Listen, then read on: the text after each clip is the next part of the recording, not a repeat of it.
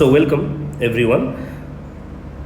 सो अभी हम लोग देखेंगे कि एक्सपेरिमेंट वाला जो चैप्टर दिया हुआ है ये बहुत ही इम्पोर्टेंट है, क्योंकि अगर अब लोग नीट का जो नया सिलेबस है तो ये अगर देखोगे कि इधर कुछ जो यूनिट 20 में कुछ टॉपिक दिया हुआ है, तो मुझे लगता है कि इधर से at least you can expect two और three questions at least, because you know vernier and screw gauge वाला जो टॉपिक है इधर से तो क्वेश्चन आने वाला ही है, लेकिन और दूसरा बहुत सारा इंपॉर्टेंट टॉपिक इधर दिया हुआ है, लेकिन I think most of the students miss this kind of topic and वो लोग मतलब ये प्रिपेयर नहीं करके जाता है, तो उन लोग को पता भी नहीं चलता है कि कौन सा टॉपिक इस साल आने वाला है इधर से, और बहुत सारा बुक्स में भी ये टॉपिक ठीक से डिस्कस नहीं किया है।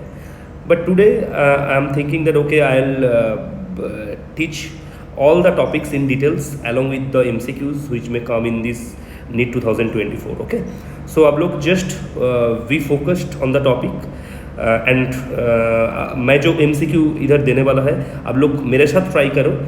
अगर if you face any kind of problem then please ask me in the comment section so that I can re-clarify your doubts. Okay, so let's move to the topics. First of all, we will focus on the easiest topic, that is number 18. How could you identify diodes, LED, resistor and a capacitor from a mixed collection of such items? Okay, so देखो we have given different like devices like diode, LED, capacitor, resistors, but transistor is not in your syllabus, so we'll focus on the first four. So suppose you are given this kind of devices, so how could you identify them? So देखो इसके लिए हम लोगों को एक multimeter चाहिए, so we need a multimeter, and multimeter का जो पॉइंटर होता है तो उसको हम लोग को फोकस रखना चाहिए। देखो सपोज हम लोग एक डायोड देते हैं, PN diode, and we are attaching it to the battery. Suppose this is the positive end and this is the negative end. So we all know the diode is in the which bias? Forward bias, exactly, because the P is connected to the positive end of the battery and N is connected to the negative end of the battery. So this is the diode is in the forward bias, so the current will flow. So multimeter का जो pointer होता है वो deflection show करेगा। But if you change the polarity, मतलब अगर तुम voltage को रिवर्स कर दिए तो इसका मतलब क्या होगा कि after applying the reverse voltage, so the PN diode will be in the reverse bias, so there will be no current, so there will be no movement of the pointer. Got it? So if pointer moves when voltage is applied in one way and does not move when the voltage is applied in the reverse way, then it is diode. ठीक है, अगर ये diode में जब current जाता है तब अगर इधर से लाइट एमिट करता है तो इसका मतलब होता है ये डायोड का स्पेशल नेम हो जाएगा light emitting diode, that is LED। इसका मतलब है कि diode and LED both are showing the same thing. In case of diode there is no light emission, but in case of LED there is light emission. Got it? So whenever we are applying a voltage we see the movement of the pointer, but whenever we are changing the polarity of the voltage we don't see the pointer movement, then that means it is diode. But what about the resistor? When we connect with the battery, so there will be a current, so there will be a movement of the pointer, but when we change the direction of the battery, so pointer का तब भी हम लोग pointer का movement देखेंगे। इसका मतलब है कि in both ways, for the forward voltage as well as reverse voltage, pointer moves. इसका मतलब है ये रेजिस्टेंस है। बट कैपेसिटर क्या होता है कि दो प्लेट के अंदर कुछ नहीं रहता है, सिर्फ डाइलेक्ट्रिक मटेरियल रहता है। सो इसका मतलब है अगर तुम बैटरी दोगे तो इसका पॉइंटर इधर करंट नहीं फ्लो करेगा, तो इसका मतलब है मल्टीमीटर का पॉइंटर मूवमेंट नहीं होगा। तो इसका मतलब क्या होता है कि if pointer does not move when voltage is applied in one way as well as in the reverse way, so अगर पॉइंटर मूव नहीं करेगा दोनों हिसाब से, तो इसका मतलब है ये कैपेसिटर है। तो मैं समराइज करता हूँ, देखो अगर वोल्टेज दोनों तरफ से अगर पॉजिटिव एंड नेगेटिव बोथ के हिसाब से करंट जाता है तो इसका मतलब है रेजिस्टेंस है, अगर नहीं जाता है इसका मतलब है कैपेसिटेंस है, अगर वन वे से जाता है रिवर्स वे से नहीं जाता है इसका मतलब है डायोड है, और ये डायोड अगर लाइट एमिट करेगा तो इसका मतलब है एलईडी है। ठीक है, अभी जो टॉपिक आता है ये बहुत ही इंपॉर्टेंट टॉपिक है क्योंकि ये मोस्ट ऑफ द बुक्स में भी नहीं दिया हुआ है। तो इसका मतलब ये जो टॉपिक है ये है how to find out the resistance and figure of merit, figure of merit of a galvanometer by half deflection method. ये बहुत ही इंपॉर्टेंट टॉपिक है, मुझे लगता है कि नीट में इसी साल जरूर आएगा ये क्वेश्चन। तो ये हाफ डिफ्लेक्शन मेथड, सो देखो before proceeding to the question, because ये जो क्वेश्चन तुम लोग देख रहे हो एलएन में दिया हुआ है इस साल, लेकिन कॉन्सेप्ट क्या है देखो। Suppose there is a battery जिसका ईएमएफ ई है, इधर की है, और we are attaching a resistance and the galvanometer. So there is a current flowing through the galvanometer, that is I. So can you tell me what is the current? The current is equal to, you all know that V equal to IR. So current is equal to E by R. Current is equal to E by R means exactly resistance as well as galvanometer. They are in the series combination, so equivalent resistance will be R plus G. And you all know galvanometer में जो deflection होता है, ये जो deflection होता है ये current के साथ डायरेक्टली प्रोपोर्शनल होता है, that is I equal to K theta. So ये थीटा के साथ डायरेक्टली प्रोपोर्शनल है। क्लियर? तो ये जो K है इसको बोलता है कि प्रोपोर्शनलिटी कांस्टेंट और figure of merit. The K is called as figure of merit of galvanometer और constant, proportionality constant. Got it? Now come to the next point. Suppose now there is a shunt is applied. Shunt means we are applying a resistance parallel to the circuit. Got it? So now shunt is applied. So what will be the new resistance of this system? Exactly, G dash is equal to GS by G plus S, because the resistance are in parallel. So 1 by G plus 1 by S. So G dash will be GS by G plus S. So now what will be the current in the circuit? So now the current changes to I dash. So what will be the current? Now I dash is equal to EMF by R plus new resistance of the galvanometer and shunt system. Clear? So what will be the current flowing through the galvanometer now? This is I double dash. So what will be the I double dash? I double dash is equal to S by G plus S into I dash. That will be equal to K theta by 2. So that's why this is termed as half deflection method. That is theta by 2. So if we solve these four formulas, like this is number 1 formula, this is number 2 formula, this is number 3 formula, and this is number 4 formula. If we solve these 4 formulas, then we will get the resistance of the galvanometer equal to Rs by R minus S. This is the MCQ.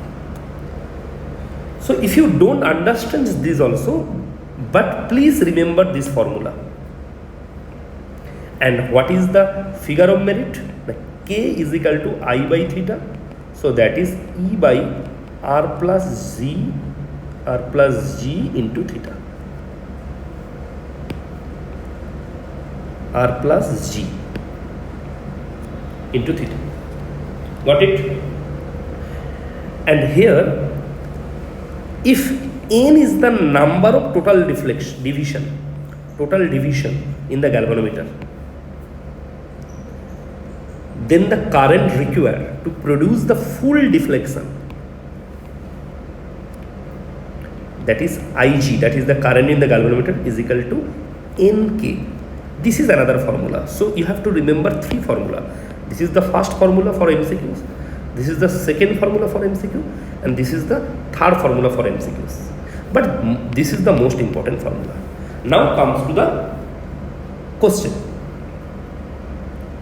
जो question Allen में दिया हुआ है कि to find the resistance of a galvanometer by half deflection method, experimental data often is given in the below table. ये experimental data दिया हुआ है. So from this data find the resistance of the galvanometer G. So galvanometer का resistance क्या निकलेगा? So what will be the formula? Exactly G is equal to Rs by R minus S. That means R and S. That means G equal to R S by R minus S, and second G will be R into S by R minus S. If you solve these two formulas, you will get G1 as well as G2. So the answer will be G1 plus G2 by 2, and it will come as approximately 80 ohm. So here the options were 20 ohm, 40 ohm, 50 ohm, and option D 80 ohm. So what will be the correct answer? 80 ohm. ठीक है. तो ये हम अब लोगों का गया कि how to find out the resistance as well as the figure of merit of a galvanometer by half deflection method. Clear? Now come to the next topic. Next जो टॉपिक है ये भी बहुत इंपॉर्टेंट टॉपिक है. ये है pendulum.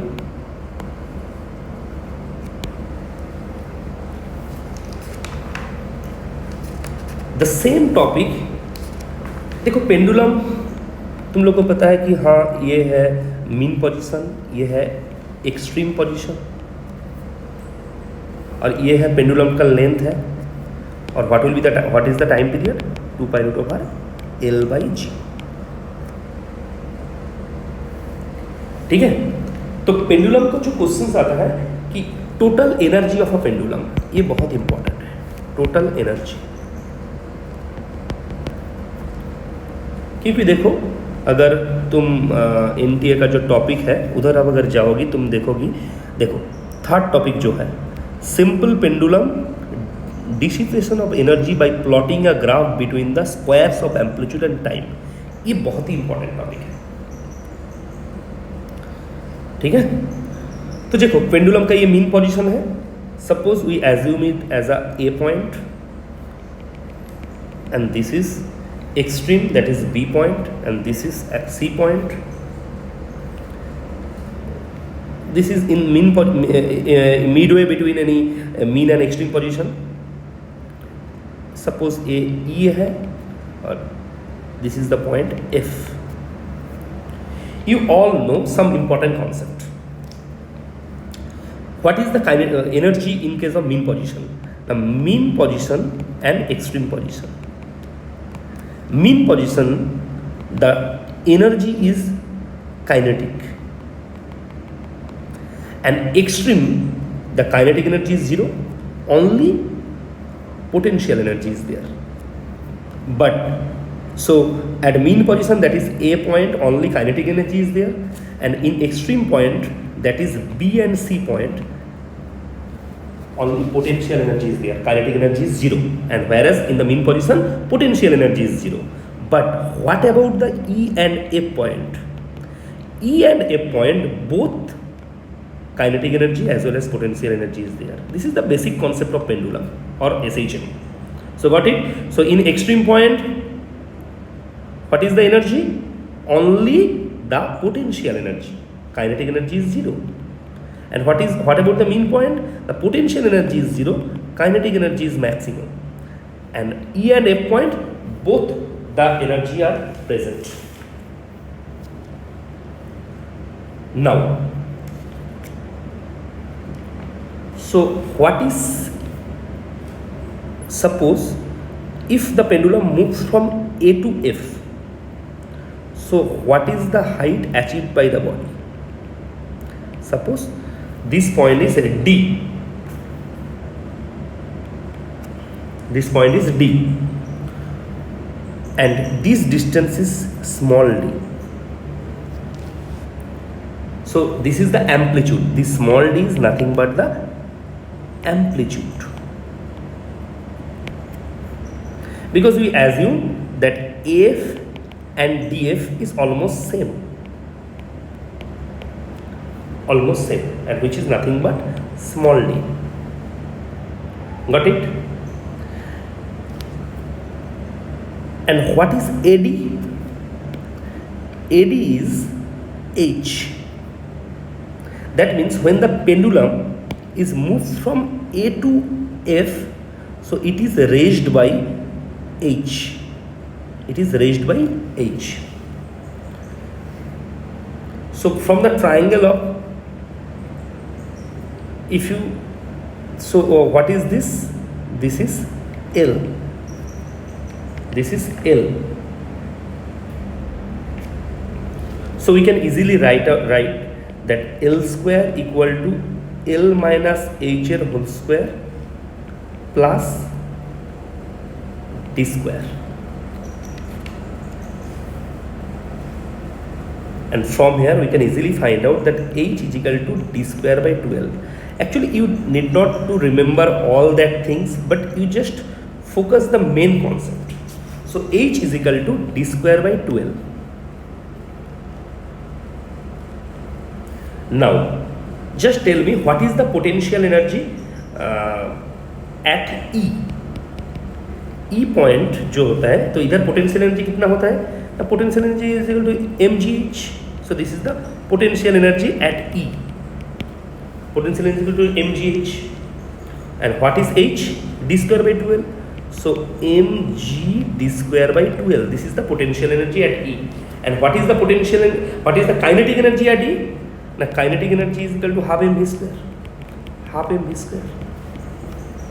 So what is the total energy? So total energy is equal to half mv square plus mg d square by 12. So this is, and this energy is conserved throughout the motion of the pendulum because energy is conserved. देखो इधर से simple they can give this as a MCQ point, that what is the potential energy at any point. So that will be mg d square by 12. So this is another MCQ, very important MCQ. Now suppose you have drawn a graph between the displacement versus time graph.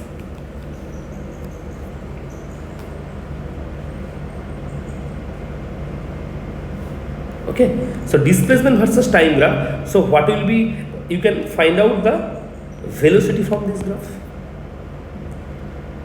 because slope will be the velocity, and from here you can find out easily the v square.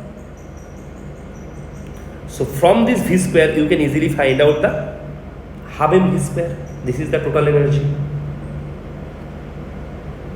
This is the kinetic energy, and as well as if you add this with the mg d square by 12, you will get the total energy. So this is an important topic, that is pendulum.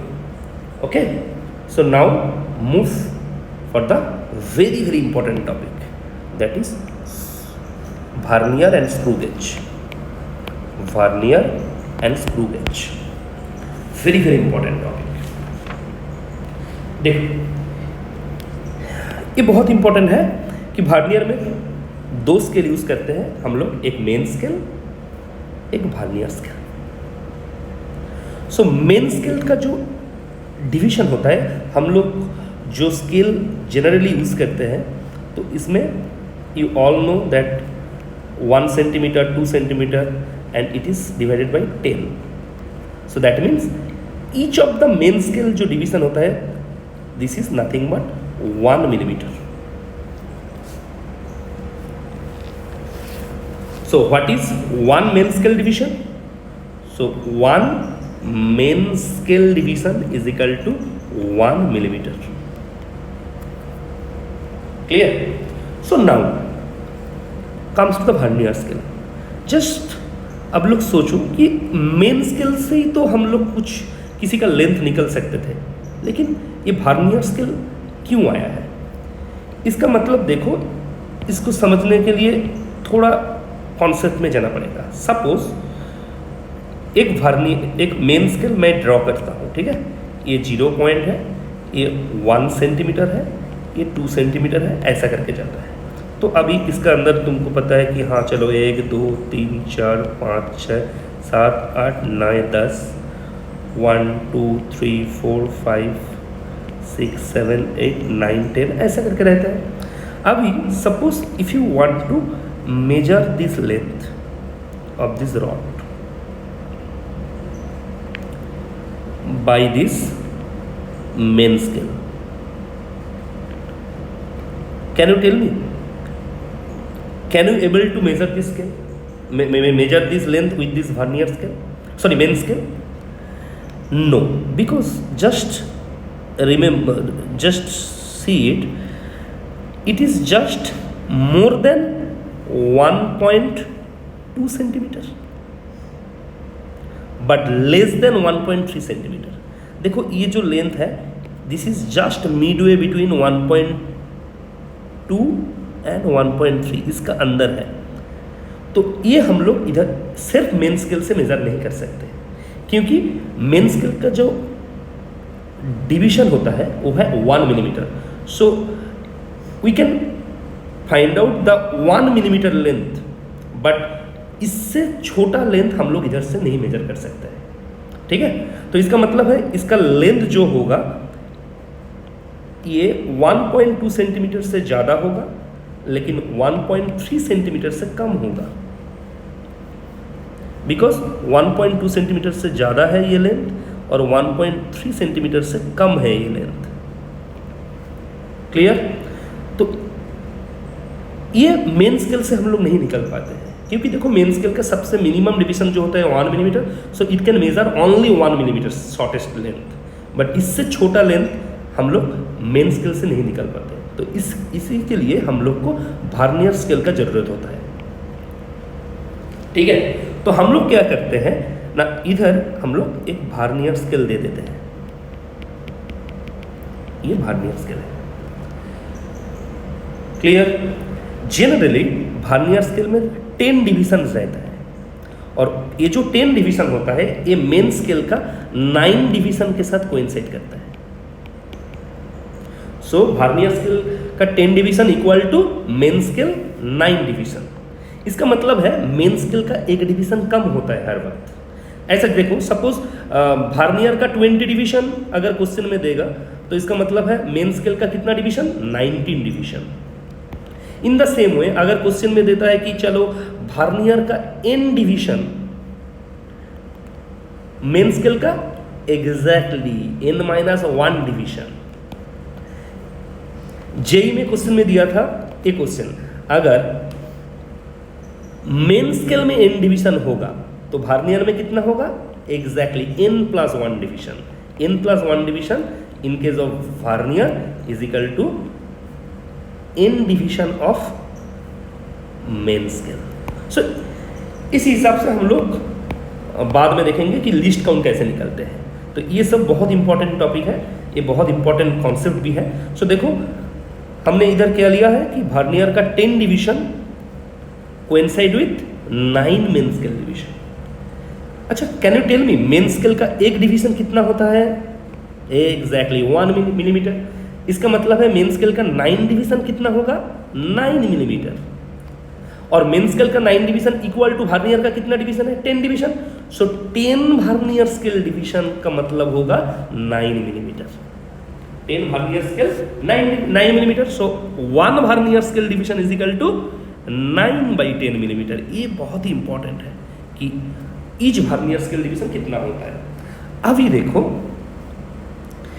1 main scale division कितना आया, 1 main scale division 1 millimetre and 1 vernier scale division 9/10 millimeter. The difference between these two is called the Vernier constant, और इसको ही हम लोग बोलते हैं least count. So what is the vernier constant और least count? That is equal to 1 main scale division minus 1 vernier scale division. That is 1 main scale division is 1 minus 1 vernier scale division, 9/10. That is 0.1 millimeter. This is the vernier constant और least. ठीक है, clear? चलो अभी देखो, तो इसका मतलब क्या है, ये हम लोग क्यों निकलते हैं? क्योंकि देखो हम लोग का प्रॉब्लम क्या था. देखो प्रॉब्लम था जे हम लोग एक रॉड का लेंथ जब फाइंड आउट करने गया तो तब हम लोग अटक गया. क्या इसका लेंथ 1.2 सेंटीमीटर से ज़्यादा भी हो सकता है और 1.3 सेंटीमीटर से कम भी हो सकता है, लेकिन इसका एग्जैक्टली लेंथ हम लोग सिर्फ मीटर स्केल से नहीं निकल पाते हैं. तो इसी के लिए हम लोग वर्नियर का हेल्प लिए थे. तो अभी ये रॉड का लेंथ कैसे निकलेगा ना? ये रॉड का जो लेंथ होगा, length is equal to L plus X into LC और वर्नियर कांस्टेंट VC. इसका मतलब है देखो, इसका लेफ्ट साइड में जो लेंथ था कितना था? 1.2 सेंटीमीटर.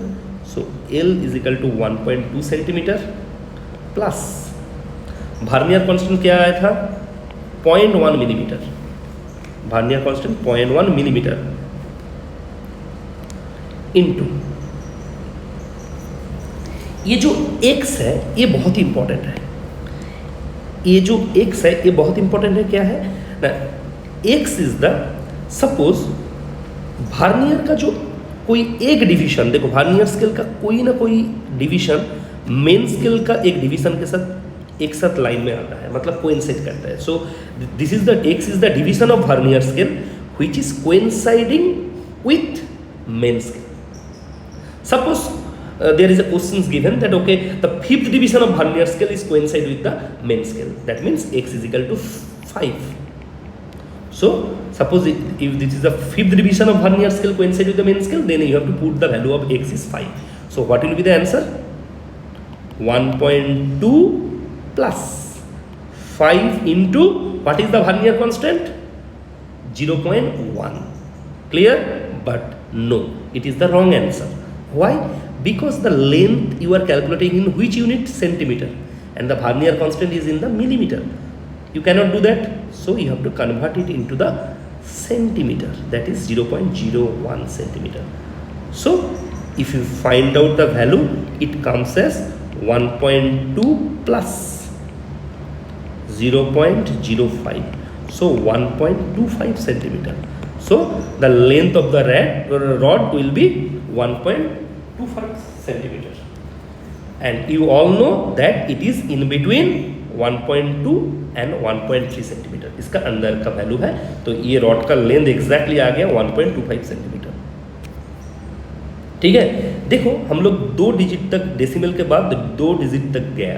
तो इसका मतलब है जब वर्नियर के, जब हम लोग मेन स्केल यूज किए थे, मेन स्केल का मिनिमम डिवीजन कितना था? 1 millimetre. So we can measure जो सबसे कम लेंथ हम लोग 1 मिलीमीटर इधर से मेजर करते हैं, लेकिन जब वर्नियर दे दिया तब हम लोग कितना आया वर्नियर कांस्टेंट? 0.1 मिलीमीटर. इसका मतलब है with vernier scale we can measure up to 0.1 millimetre length. That is इसका भी 1/10 लेंथ हम लोग इधर से मेजर कर सकते हैं. So without vernier scale we can measure 1 millimetre, but with vernier scale we can measure 0.1 millimetre. तो लिस्ट काउंट का मतलब होता है कि उसी इंस्ट्रूमेंट से सबसे कम क्या लेंथ हम लोग निकल सकते हैं ना, वो है 0.1 मिलीमीटर. क्लियर? ये है वर्नियर का कॉन्सेप्ट. देखो अभी हम लोग एक क्वेश्चन ट्राई करते हैं. The smallest division of main scale of a vernier calliper is 1 millimetre. बताओ ये क्या दिया हुआ है? एग्जैक्टली मेन स्केल डिवीजन दिया हुआ है 1 millimetre. 10 vernier division coincide with 9 main scale division. इसका मतलब है 1 vernier scale division is equal to 9/10 millimetre, जो अभी हम लोग किए हैं। इसका मतलब 0.1 मिलीमीटर, और इसका मतलब होता है 0.01 सेंटीमीटर। ठीक है। While measuring the length of a line, the zero mark of a vernier scale between 10.2 centimeter and 10.3 centimeter, and the third division of the vernier scale coincide with the main scale. Third division of the vernier scale coincide with the main scale. So determine the least count of the calipers. So what will be the least count? बोलो, अभी तो बहुत easy हो गया। least count is equal to same thing, 1 main scale division minus 1 vernier scale division. ठीक है। Oh sorry, इधर तो थोड़ा गलत हो गया। तो ये तो मेन स्केल डिवीजन था, ये वर्नियर स्केल डिवीजन था, ये गलत हो गया। तो ये हो, और लिस्ट काउंट हो गया 1 माइनस 9/10 दैट इज 0.1 मिलीमीटर और 0.01 सेंटीमीटर। तो ये लिस्ट काउंट था। ठीक है। तो मेन स्केल डिवीजन, ये वर्नियर स्केल डिवीजन, और ये लिस्ट काउंट निकल गया। अभी क्या हुआ, find the length of the line. So length of the line क्या होता है बोलो, length of the line is equal to 10.2 plus 3 into least count, because इधर दिया हुआ है देखो, the third division of the vernier scale coincide. ठीक है। तो इसका आंसर कितना आएगा देखो, 10.23 सेंटीमीटर। ठीक है। देखो अभी देखो, अभी जो कॉन्सेप्ट बताने वाला हूँ ये थोड़ा मतलब डिफिकल्ट कॉन्सेप्ट है, लेकिन तब भी तुम लोग इसको भी रेडी करके जाओ, क्योंकि इधर से भी क्वेश्चन आ सकते हैं। What is zero error? देखो, एरर का मतलब होता है कि before calculating the length of the rod, पहले तुम लोग को देखना है कि मेन स्केल और वर्नियर स्केल का जो जीरो लाइन है वो कोइंसाइड कर रहा है कि नहीं कर रहा है। अगर this two lines are coinciding with each other then there is no zero error. अगर वर्नियर का जो लाइन है वो अगर लेफ्ट साइड में रहेगा, इसका मतलब है ये नेगेटिव एरर। अगर मेन स्केल का जो जीरो पॉइंट है वो अगर लेफ्ट साइड में रहे तो ये है पॉजिटिव एरर।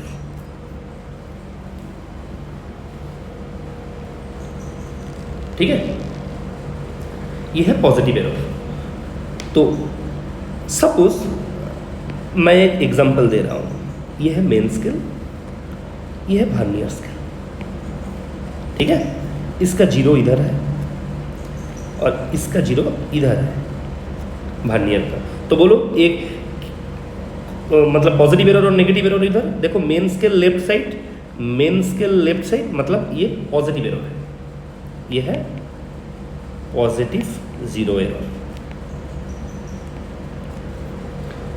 तो पॉजिटिव जीरो एरर कैसे निकलते हैं ना, zero error equal to 0 plus x into VC।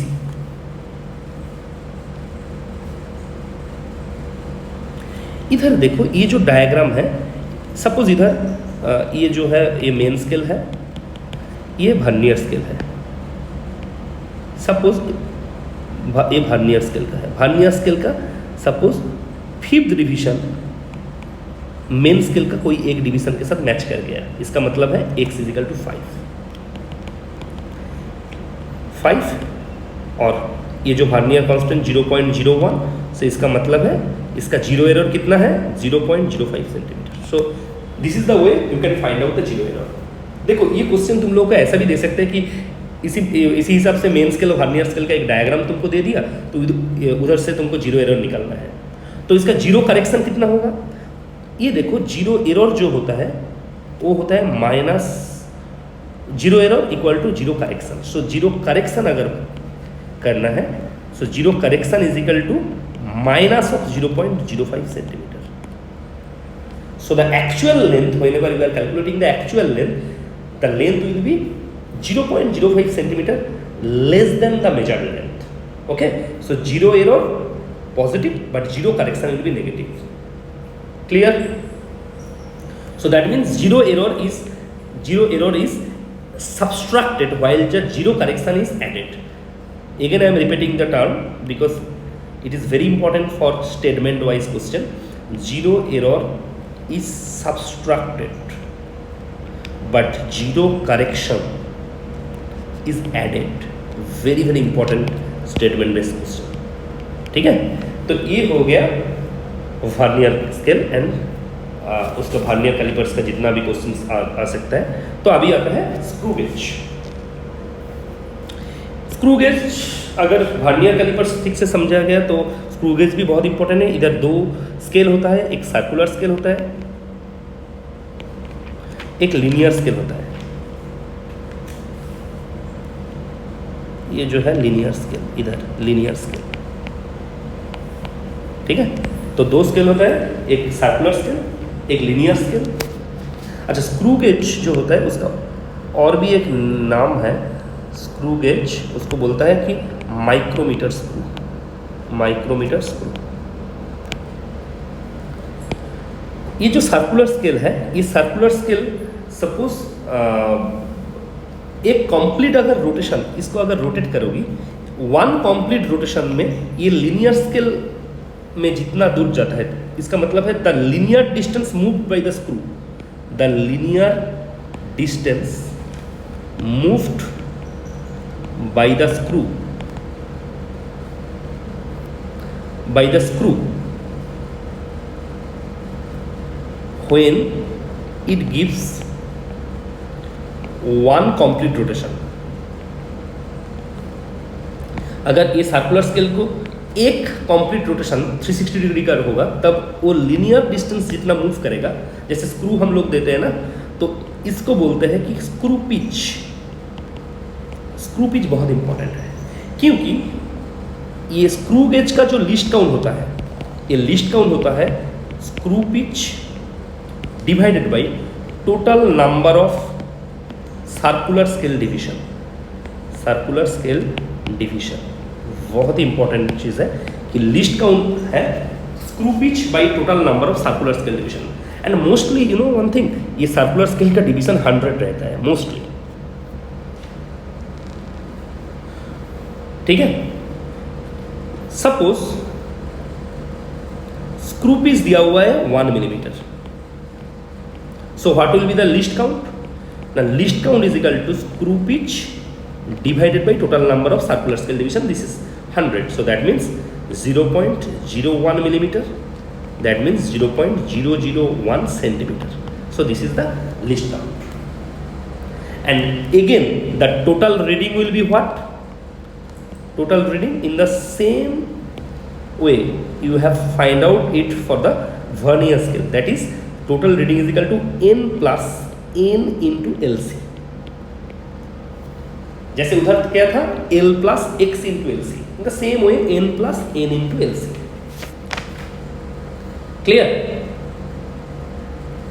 So least count you have find out.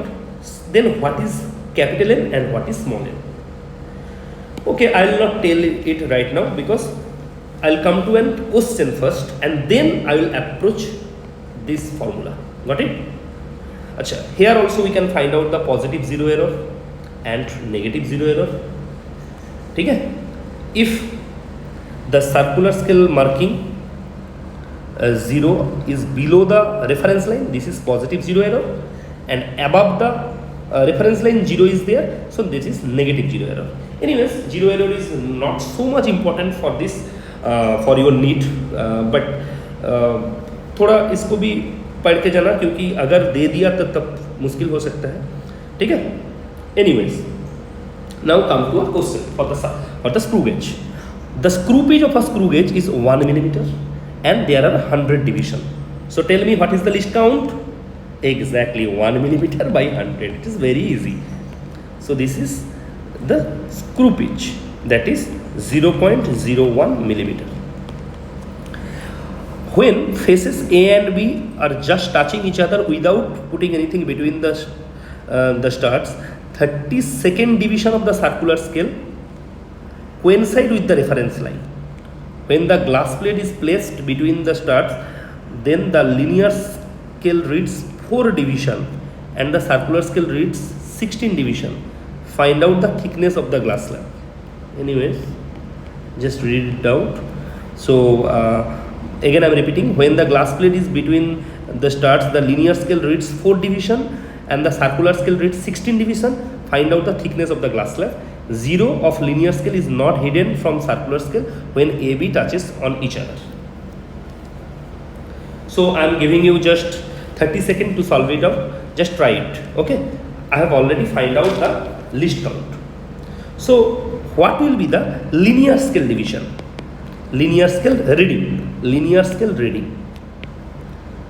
The linear scale read 4 division, that means 4 millimeter. And what is the circular scale reads? 16 division, that is circular scale reading is 16 into 0.01 millimeter, that is 0.16 millimeter.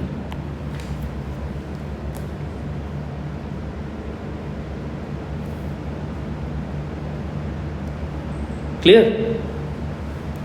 So this is the linear scale reading and this is the circular scale reading. So what will be the measured reading? Measured reading is 4 plus 0.16, that is 4.16 millimeter. So this is the measured reading. So what will be the absolute reading? Absolute reading is equal to measured reading minus error, that is 32nd division of the circular scale, that is 0.32. So the correct answer will be 3.84 millimeter. But this is a somewhat very difficult question. So let us come to the easy question. Suppose I am giving a important question. Suppose the screw piece is 1 millimeter and 100 division is there. In measuring a diameter of a sphere, there are 6 division of the linear scale, 6 division of the linear scale and 40 division in the circular scale coincide with the reference line. So I am repeating again repeating the question. The screw pitch of a screw gauge is 1 millimeter and there are 100 division in the circular scale and 6 division in the linear scale and 40 division in the circular scale coincide with the reference line. So what is the diameter of the sphere? So again you all know that what is the least count? Least count is equal to screw pitch divided by circular scale division, that is 100, that is 0.01 millimeter. And what is the diameter? The reading is equal to n plus n into LC. So n is the 6 because the question has been given that 6 division of the linear scale. So 6 millimeter plus 40 division of the circular scale, that is small n is the 40 and least count is the 0.01. So the correct answer will be 6.4 millimeter. So this is the diameter. So you can expect these questions in NEET. But जो पिछले वाला जो question मैंने बताया था ये थोड़ा difficult है. सो नीट के हिसाब से थोड़ा डिफिकल्ट है, लेकिन कॉन्सेप्ट क्लियरेंस के लिए मैंने ये क्वेश्चन अभी बताया. ठीक है, तो हम लोग अभी भी कितना टॉपिक कवर किए एक बार हम लोग देख लेते हैं. हाँ, एलईडी का हो गया, अभी स्क्रू गेज वर्नियर स्केल हो गया, पेंडुलम हो गया, और क्या है, गैल्वेनोमीटर हाफ डिफ्लेक्शन मेथड जो है वो अभी हो गया. हाँ, 12 number topic, resistance and figure of merit of a galvanometer by half deflection method. ठीक है, तो ये जितना भी टॉपिक मैंने बताया ये बहुत ही इंपॉर्टेंट है. ठीक है, क्योंकि ये क्वेश्चन तुम लोग एक्सपेक्ट कर सकते हैं. लेकिन अभी जितना भी टॉपिक मैं बताऊंगा तो ये इंपॉर्टेंट है, लेकिन इतना ज़्यादा नहीं है, लेकिन तब भी तुम लोग प्रिपेयर होकर जाओ. ठीक है, तो अभी देखो एक फोर्थ वाला टॉपिक दिया हुआ है कि metre scale the mass of a given object by principle of moment. ये जस्ट वन लाइनर टॉपिक है, बहुत इंपॉर्टेंट है, तो इसको हम लोग टिक कर देते हैं.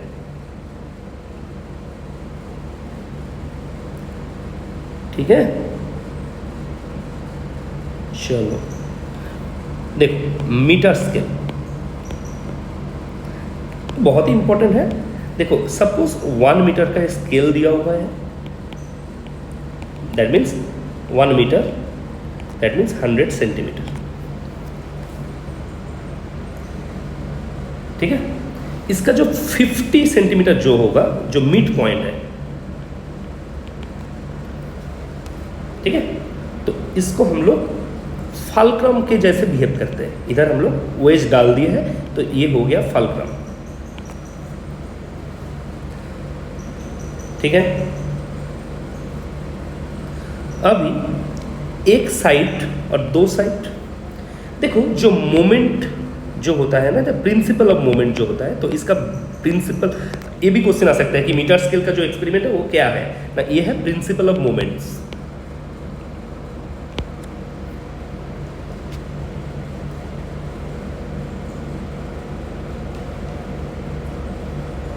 ठीक है, अभी देखो इसी एक साइड में हम लोग एक स्मॉल एम मास दिया और एक साइड में कैपिटल एम मास दिया।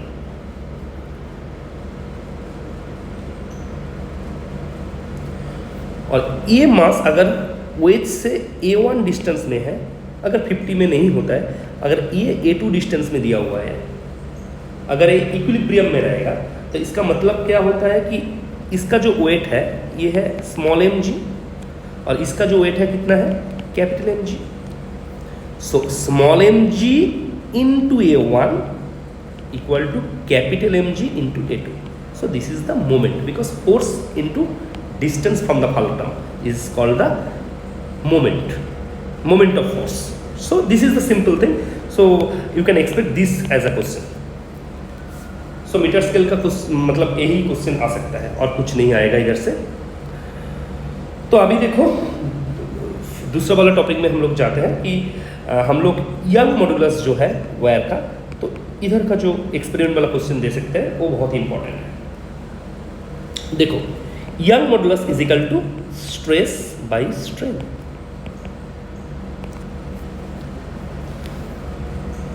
Exactly, longitudinal stress by longitudinal strain. So stress is nothing but F by A, और strain is equal to L by L। अगर ये एक रॉड होगा, इसका young modulus Y है, इसमें अगर तुम स्मॉल एम मास नीचे दिया हुआ है, तो इसका मतलब है weight is equal to M G, और इसका अगर लेंथ ओरिजिनली एल होगा और इसका एक्सपांसन अगर स्मॉल एल होगा, so we can write F by A by del L by L, और एफ के प्लेस में हम लोग लिखते हैं कि एम जी। ठीक है, ये बहुत ईजी है, बेसिक कॉन्सेप्ट। और देखो इसका जो एरिया होता है ना, ये अगर सर्कुलर क्रॉस सेक्शन होगा तो इसका एरिया कितना होता है, पाई आर स्क्वायर, ये है एरिया है। तो इसका मतलब है y is equal to what will be the formula, M G by pi R square into L by small L. So M G L by pi R square small L. So this is the Young modulus. Clear? अगर देखो ये अगर graph में देगा वो लोग, सो graph कैसा होगा, देखो अगर तुम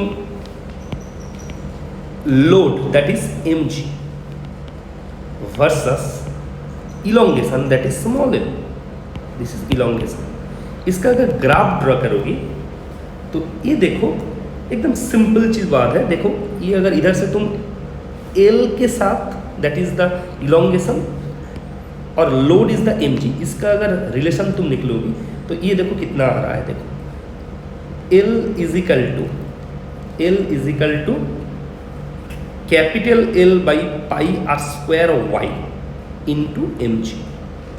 तो इसका मतलब है लेंथ के साथ weight that is M G, that is the load, is directly proportional, because this is straight line equation, y equal to M X. So y is the elongation and x is the load. देखो x is the load and y is the elongation. So this is a straight line graph.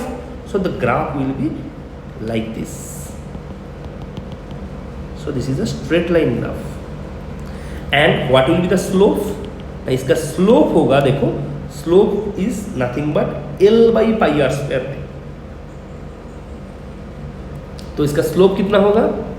Slope is equal to L by pi R square Y. So ये अगर हम लोग graph draw करें तो इधर से हम लोग स्लोप निकलते हैं। सिर्फ यही एमसीक्यू आ सकता है, इतना इजी चीज, but you can expect this as a question. And you all know slope is nothing but tan theta.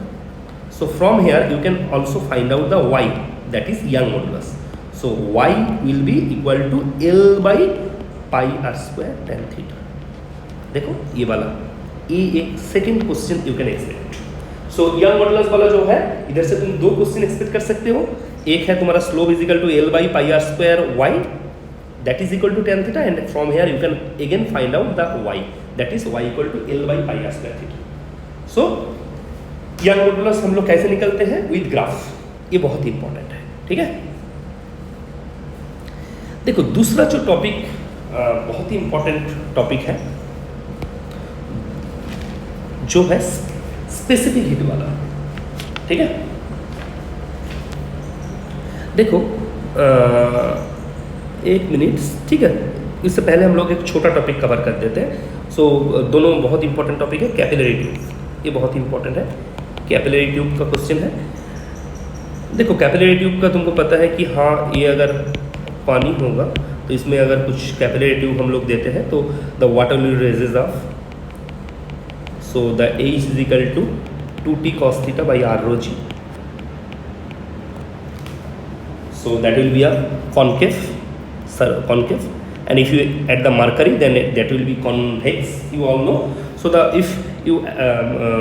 if you experiment this kind of capillary tube by using water, that it will raises at a height of h and the surface will be concave. So what will be the h? H is equal to 2t cos theta by r rho g, and you all know that t is the surface tension, r is the radius of the tube, rho is the density, and g is the acceleration due to gravity, and theta is the contact angle, ठीक है। ये बहुत ही easy topic है। तो देखो इधर से क्या क्वेश्चन आ सकता है। देखो तो इधर से you can find out the surface tension. So what will be the surface tension? Please find out. Surface tension is equal to H into r rho g by 2 cos theta। ये बहुत important है। Why? Because देखो actually you can use this formula also, but the more correct formula will be H by R by 3. So ultimately that will come as a MCQ, that the surface tension is equal to H plus R by 3 R rho g divided by 2 cos theta. And you can apply this formula also, but this is the more correct form. Okay. Now suppose if you add detergent, detergent मिलाने से क्या होता है कि surface tension decrease करता है। इसका मतलब देखो अगर सरफेस टेंशन डिक्रीज करेगा तो height of the fluid column, what will be the height of the fluid column? That is also decrease. So pure distilled water में जितना हाइट होगा, अगर डिटर्जेंट ऐड करोगी तो उसी हिसाब से हाइट कम हो जाएगा, ठीक है। अगर तुम ज़्यादा डिटर्जेंट ऐड करोगे तो उसका मतलब है फिर और हाइट कम हो जाएगा, ठीक है। एनीवेज चलो, ये है कैपिलरी ट्यूब वाला क्वेश्चन। और दूसरा एक इजी क्वेश्चन है, लेकिन उससे पहले हम लोग स्पेसिफिक हीट वाला क्वेश्चन कर लेते हैं। देखो स्पेसिफिक हीट वाला जो क्वेश्चन है, ये टिपिकली हीट जो टॉपिक है उधर से भी हम लोग बोल सकते हैं, लेकिन ये थोड़ा डिफिकल्ट है। लेकिन तब भी तुम लोग देखो कि इधर का मेन कॉन्सेप्ट जो है, heat lost is equal to heat gain. देखो इधर बहुत सारा डिफिकल्ट फार्मूलाज रहता है। देखो बहुत डिफिकल्ट फार्मूला ये लोग अप्लाई करते हैं, लेकिन हम लोग एक MCQ से इसके बारे में जानेंगे कि कैसे हम लोग कर सकते हैं। देखो the mass and specific heat capacity and the temperature of a solid is 1000 gram and specific heat is this and temperature is this. ठीक है, the mass of the liquid and the calorimeter is 900, देखो 900 and 200 gram. Initially both are at room temperature that is 20 degree centigrade. Both calorimeter and the solid are made same material.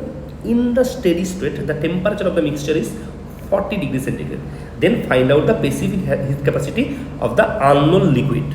So liquid का specific heat हम लोग कैसे निकलेंगे? देखो इधर जो होता है same thing, heat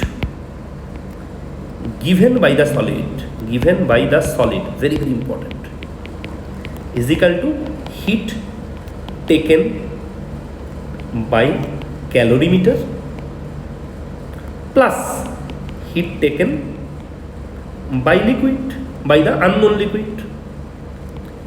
देखो ये कैलोरीमीटर का जो प्रिंसिपल है वही हम लोग अप्लाई किया है। Heat given by the solid, जो हीट सॉलिड ने दिया है वही हीट कैलोरीमीटर एंड अननोन जो लिक्विड है ये दोनों मिलकर ले लिया है। तो अभी इसको कैसे सॉल्व करें? देखो हीट और H is equal to you all know ms del T। So heat given by the solid is what?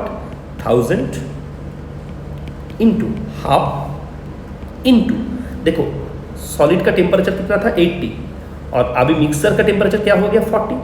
So 80 minus 40 is equal to, now coming for the calorimeter. Calorimeter का mass कितना था? Calorimeter था 200 gram. 200 into again half into calorimeter का पहले temperature था 20, अभी हो गया 40। So 40 minus 20 plus heat taken up by the unknown liquid, उसका मास था m, उसका specific heat suppose s and temperature 40 minus 20। So if you solve this equation you can easily find out the s, that is 1 calorie पर ग्राम पर degree centigrade. So this is how we can find out the specific heat of an unknown liquid। ये बहुत important है, ठीक है। चलो ये हम लोगों का स्पेसिफिक हीट वाला क्वेश्चन चला गया।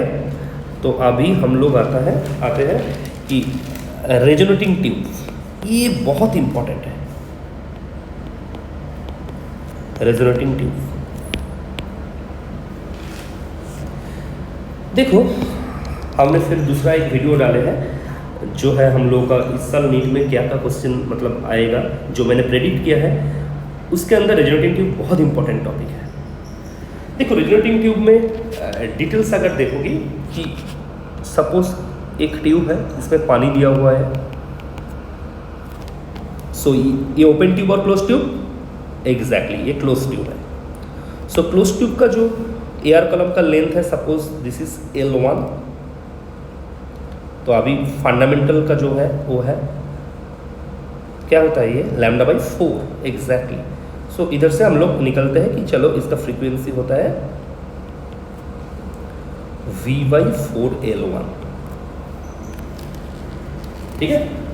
तो अभी ट्यूनिंग फॉर्क के साथ ये वाइब्रेशन कर रहे हैं और लाउड साउंड हम लोग we can hear the loud sound, so that is the resonance। so resonance का मतलब होता है कि फ्रीक्वेंसी मैच हो गया। तो ट्यूनिंग फॉर्क का जो फ्रीक्वेंसी है उसके साथ इसका फ्रीक्वेंसी अभी एयर कॉलम का जो फ्रीक्वेंसी है ये मैच हो गया, तो उसका मतलब है N1 = V/4L1। In the same way when इधर से हम लोग पानी निकल देते हैं तो अभी सपोज फिर सेम जो ट्यूनिंग फॉर्क है उधर उसके साथ फिर रेजोनेंस हुआ, इसका मतलब है we can hear the loud sound, that means frequency again match with each other. So अभी क्या होगा, अभी तो फंडामेंटल नहीं होगा, अभी होगा फर्स्ट ओवरटोन, ठीक है। तो इसका मतलब होगा 3V/4L, अभी ये लेंथ है L2। देखो इधर सबसे इंपॉर्टेंट जो चीज़ है, देखो इसमें हम लोग ट्यूब का लेंथ नहीं लिया है, देखो ट्यूब का लेंथ नहीं लिया है, वाटर कॉलम का भी नहीं लिया है, सिर्फ एयर कॉलम का वाइब्रेशन का लेंथ लेता है। सो इधर ट्यूब लेंथ मत लो, ठीक है। तो इधर एयर कॉलम का लेंथ लेंगे। अभी देखो सेम ट्यूनिंग फॉर्क के साथ रेजोनेंस हो रहा है, तो इसका मतलब है ए भी N1 होगा, मतलब इसको हम लोग सिर्फ N बोल देते हैं, ठीक है, N1 छोड़कर N दे देते हैं। सो N पहले क्या हुआ है V/4L1, उसके बाद सेम N क्या हुआ V/4L2। अभी देखो अगर हम लोग एंड करेक्शन को कैलकुलेशन में ले लेंगे तो इसके साथ एक एंड करेक्शन ऐड कर देंगे, तो उसको हम लोग सी भी बोलते हैं और ई भी बोल सकते हैं, तो एंड करेक्शन। अभी अगर इस टू इक्वेशंस को आप लोग सॉल्व करेगा, ठीक है, तो अभी तुम लोग करो कि इधर से वेलोसिटी और सी कितना आएगा, अभी खुद कर लो तुम लोग, ठीक है। देखो वेलोसिटी इज इक्वल टू आएगा 2n into L2 minus L1, ये बहुत ही इंपॉर्टेंट, ठीक है। अगर इधर से तुम c निकलोगी तो c कितना आएगा, देखो n is equal to v का मतलब होता है v है 2n into L2 minus L1, ठीक है। तो एक काम करो, इसको दोनों को तुम इक्वल कर दो, इसको छोड़ दो, ये दोनों को तुम इक्वल कर दो, तो क्या आएगा देखो v/4 L1 plus C equal to 3v/4 L2 plus C. अभी देखो 4 चला गया, तो अभी L2 plus C is equal to 3L1 plus 3c, ठीक है। तो इसका मतलब है देखो 3c minus C is equal to L2 minus 3L1, इसका मतलब है c is equal to half into L2 minus 3L1, ठीक है। तो ये दो जो फॉर्मूला मैंने बताया कि एंड करेक्शन कितना होता है half into L2 minus 3L1, और आपका वेलोसिटी ऑफ साउंड कितना आ रहा है 2n into velocity of sound is equal to 2n into L2 minus L1। ये दोनों जो चीज़ है इधर से बहुत बहुत इंपॉर्टेंट MCQ आ सकता है। अभी देखो इधर से पहला जो MCQ है उसको हम लोग निकलते हैं, ठीक है। देखो क्वेश्चन है, इधर कुछ डेटा दिया हुआ है, रेजोनेंस ट्यूब का कुछ डेटा दिया हुआ है, तो इधर से you can find out the speed of sound. So what is the formula you will apply, exactly velocity of sound is equal to 2n into L2 minus L1, this simple thing. देखो frequency दिया हुआ है 340 hertz, ठीक है। So 2 into 340, now what is L2 and what is L1। देखो first जो resonance हुआ तो length of the water level during falling and during raising, इसका मतलब है जो L1 है इसका एवरेज होगा 23.9 प्लस 24.1 बाई 2, इसका मतलब है 24 सेंटीमीटर। एंड सेकेंड जो रेजोनेंस हुआ उसका लेंथ हुआ ये एट ए, इसका मतलब है L2 is equal to again 73.9 plus 74.1 by 2। अभी इधर से तुम अप्लाई कर दो, आंसर आ जाएगा 340 मीटर पर सेकेंड। सो इधर से हम लोग कैसे रेजोनेटिंग ट्यूब से हम लोग स्पीड ऑफ साउंड निकलते हैं, ये बहुत इंपॉर्टेंट है क्योंकि रेजोनेटिंग ट्यूब बहुत इंपॉर्टेंट टॉपिक है, ठीक है। एक्चुअली मुझे लगता है कि इस साल रेजोनेटिंग ट्यूब से क्वेश्चन आने वाला ही है, ठीक है। अभी देखो फिर दूसरा जो टॉपिक है ओहम्स लॉ, ये बहुत इजी टॉपिक है, ओहम्स लॉ बहुत ही इजी टॉपिक है।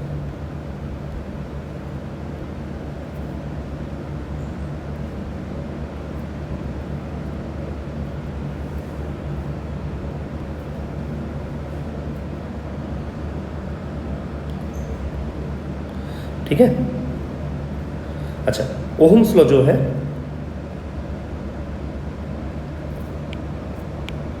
ओहम्स लॉ, इसका मतलब है देखो simple, if this is the resistance, this is the battery, so this is R and the simple thing is V is equal to IR, ठीक है।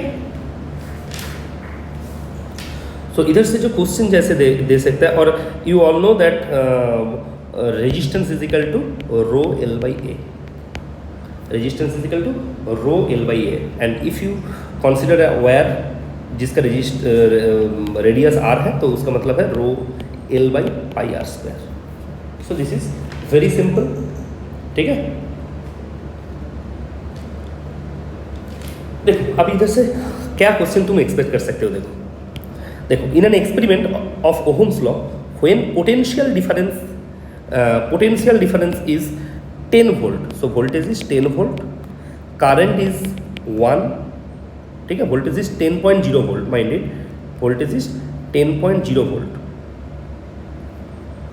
voltage is 10.0 volt and current is 1.00 ampere if the length of the wire is 10.0 centimeter and diameter, mind it, diameter, this is not the radius, 2.50 millimeter, then find out the maximum permissible percentage of error। Actually देखो ये actually Ohm's law का जो error का जो question होता है, तो error का क्वेश्चन जैसे है, तो अभी देखो अभी हम लोग V equal to I R करते हैं,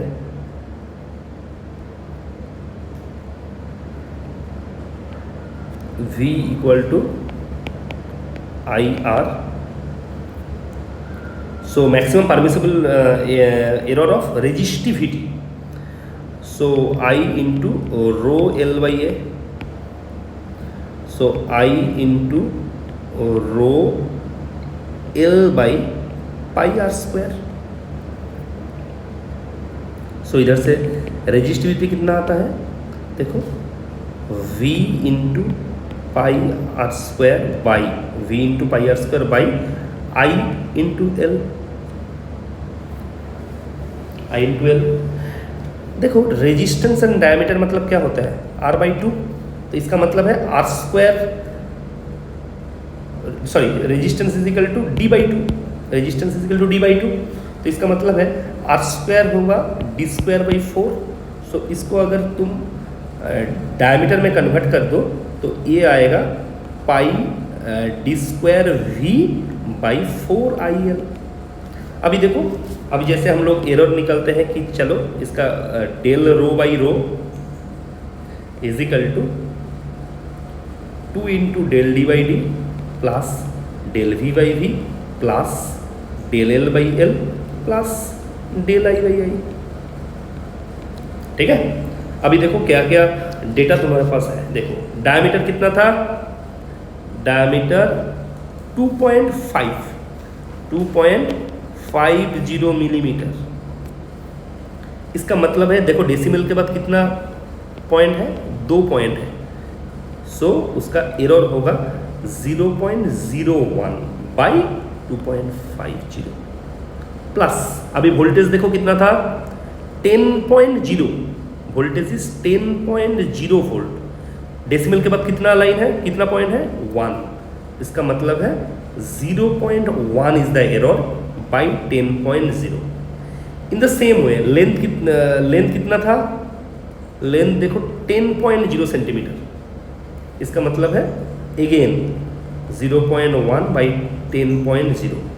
अभी करंट कितना है, देखो करंट है 1.00, इसका मतलब है डेसिमल के बाद 2 पॉइंट है, सो अभी प्लस कर दो 0.01 बाई कितना है करंट 1, तो इसको अगर सॉल्व करोगी तो ये आएगा तुम्हारा almost 3.8%। So the maximum permissible error is 3.8%। So this is the Ohm's law, ठीक है। एनीवेज चलो अभी देखो हम लोग देखते हैं और क्या क्या टॉपिक छूट गया।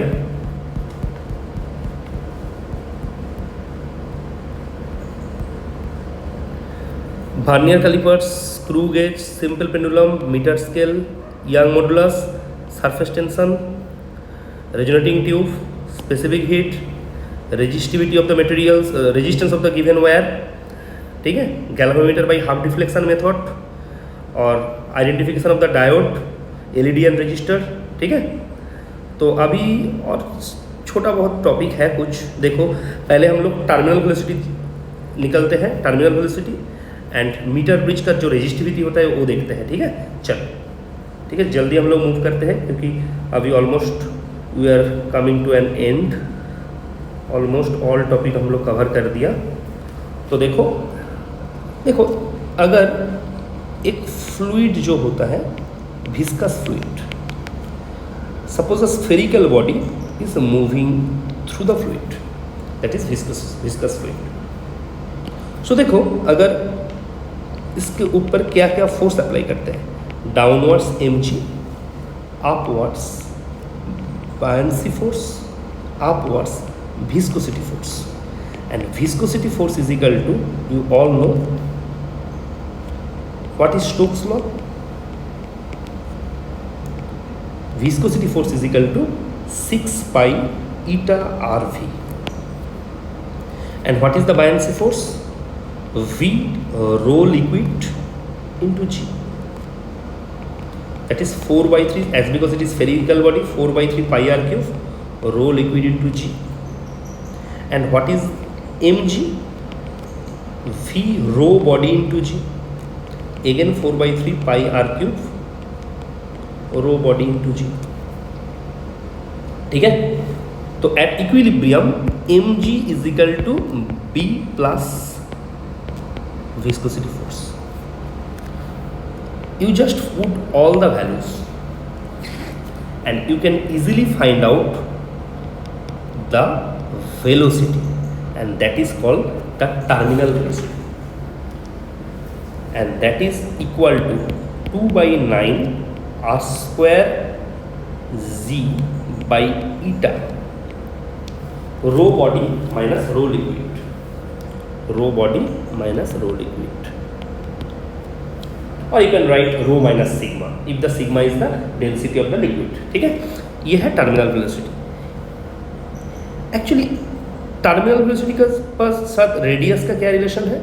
It is directly proportional to the square of the radius. ये बहुत ही फेमस एमसीक्यू है, एंड इसका अगर ग्राफ ड्रा करोगे तो the terminal velocity graph will be like this, because initially the ball is falling in an acceleration, so velocity is increasing, and after some times as because resultant force is zero, so the ball is moving in an uniform velocity, that is nothing but the terminal velocity. So the velocity versus time graph will be like this. So this is a very very important MCQ. So this is the coefficient of viscosity of a given viscous liquid by measuring the terminal velocity of the spherical body. ये बहुत ही important topic है, ये terminal velocity का topic है।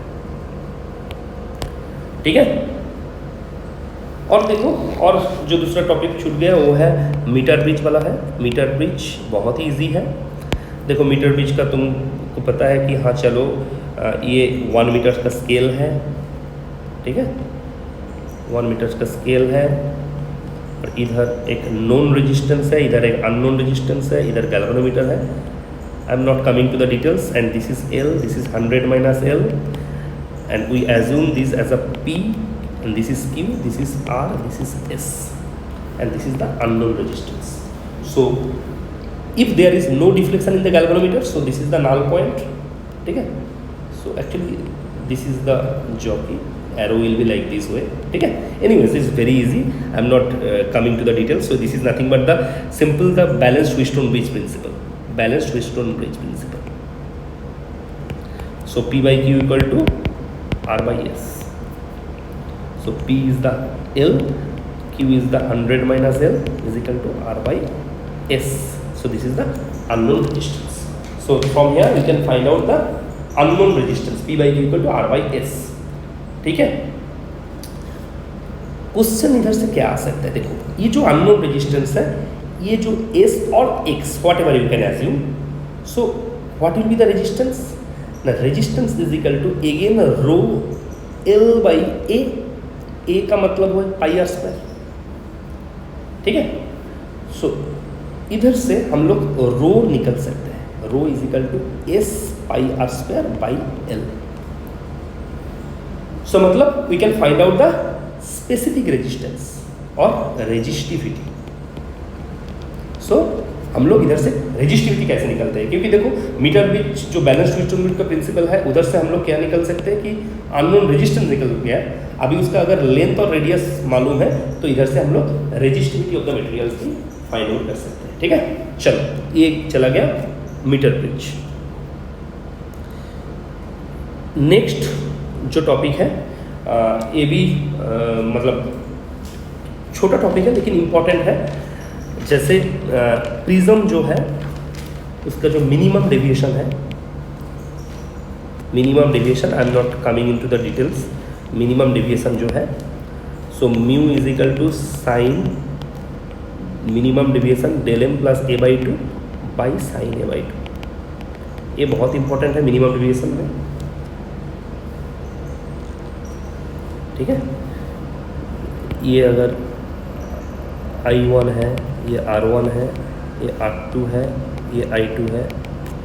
ठीक है, तो minimum deviation में जैसे I1 इक्वल टू I2 होता है और R1 इक्वल टू R2 होता है। ये बहुत इंपॉर्टेंट है क्योंकि नीट में एक बार आ भी गया ऐसा क्वेश्चन कि देखो ये R1 plus R2 is equal to A है और I1 delta is equal to I1 plus I2 minus A। So as because I1 equal to I2, so we can assume that delta is equal to 2I minus A, that is the minimum deviation, delta minimum. So from here we can easily find out that I is equal to delta minimum plus A by 2.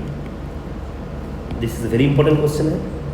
और R1 plus R2 both are same, so 2 are equal to A, so R is equal to A by 2। ये NEET में आया है, अभी एक साल में आया था। ये भी बहुत इंपॉर्टेंट है। और we all know mu is equal to sine I by sine I, so we can use that mu is equal to sine del M plus A by two by sine A by two. और इधर से हम लोग graph निकलते हैं, the graph is like this. ठीक है, graph is like this and this is actually ये ग्राफ एनसीईआरटी में भी दिया हुआ है। ठीक है, अब लोग सर्च कर लो कि 9.22 वाला जो एनसीईआरटी का ग्राफ है नया एडिशन में, उधर दिया हुआ है। ये है एंगल ऑफ इंसिडेंस, ये जो आई है एंगल ऑफ इंसिडेंस, और ये है angle of deviation that is delta. ठीक है, तो इसका जो ग्राफ है देखो, ये ग्राफ ऐसा होता है। तो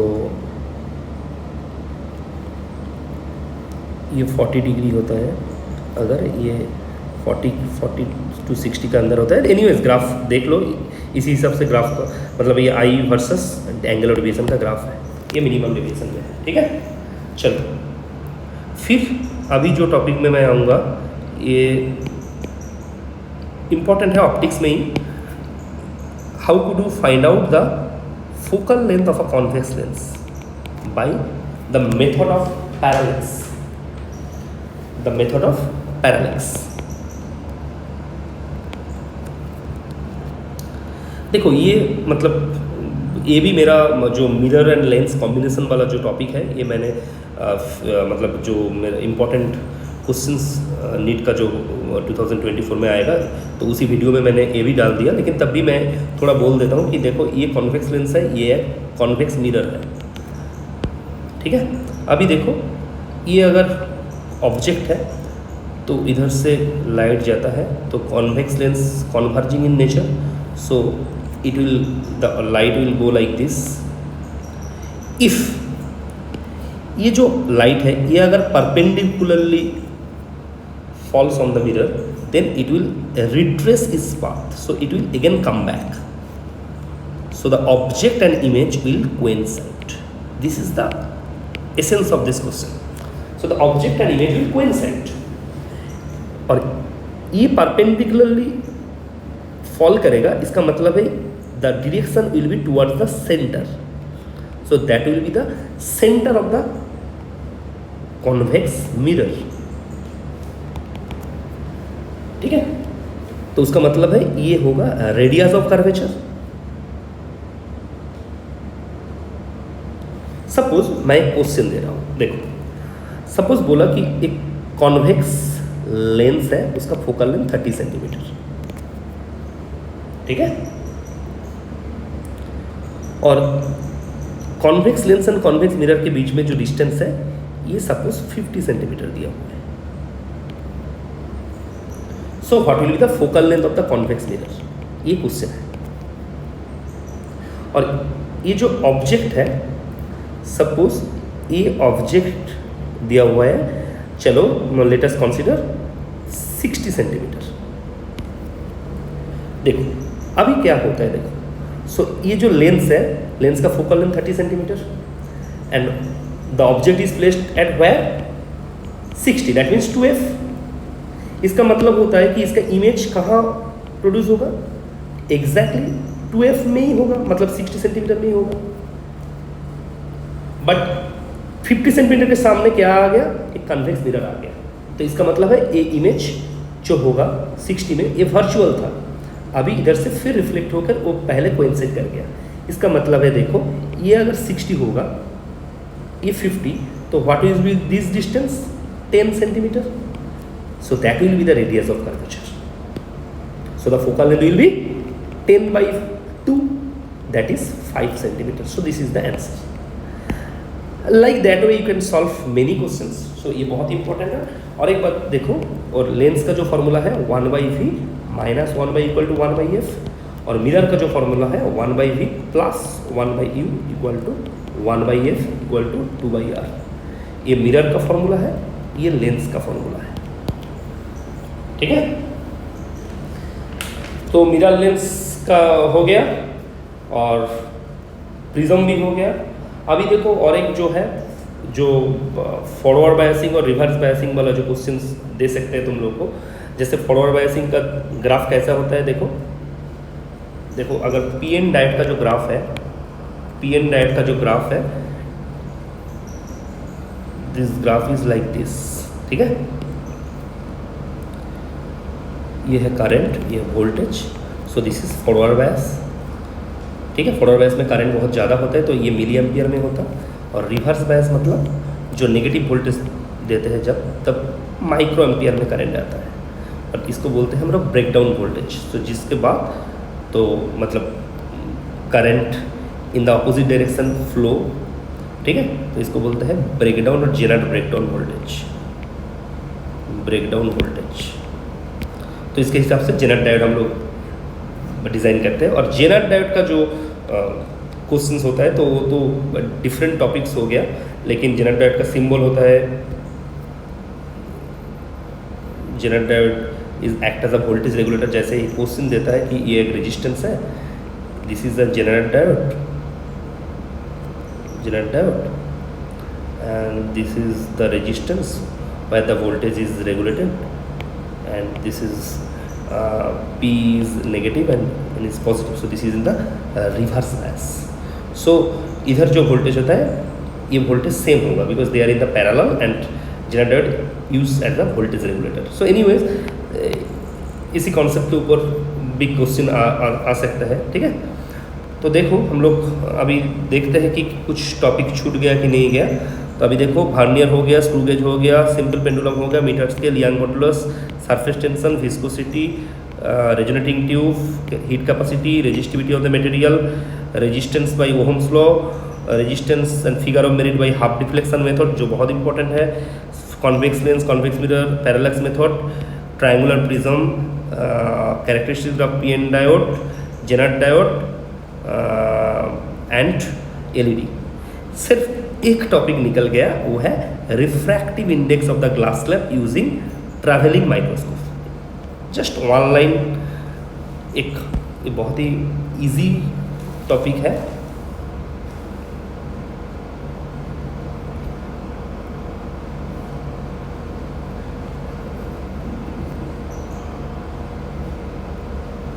बहुत ही इजी टॉपिक है ये।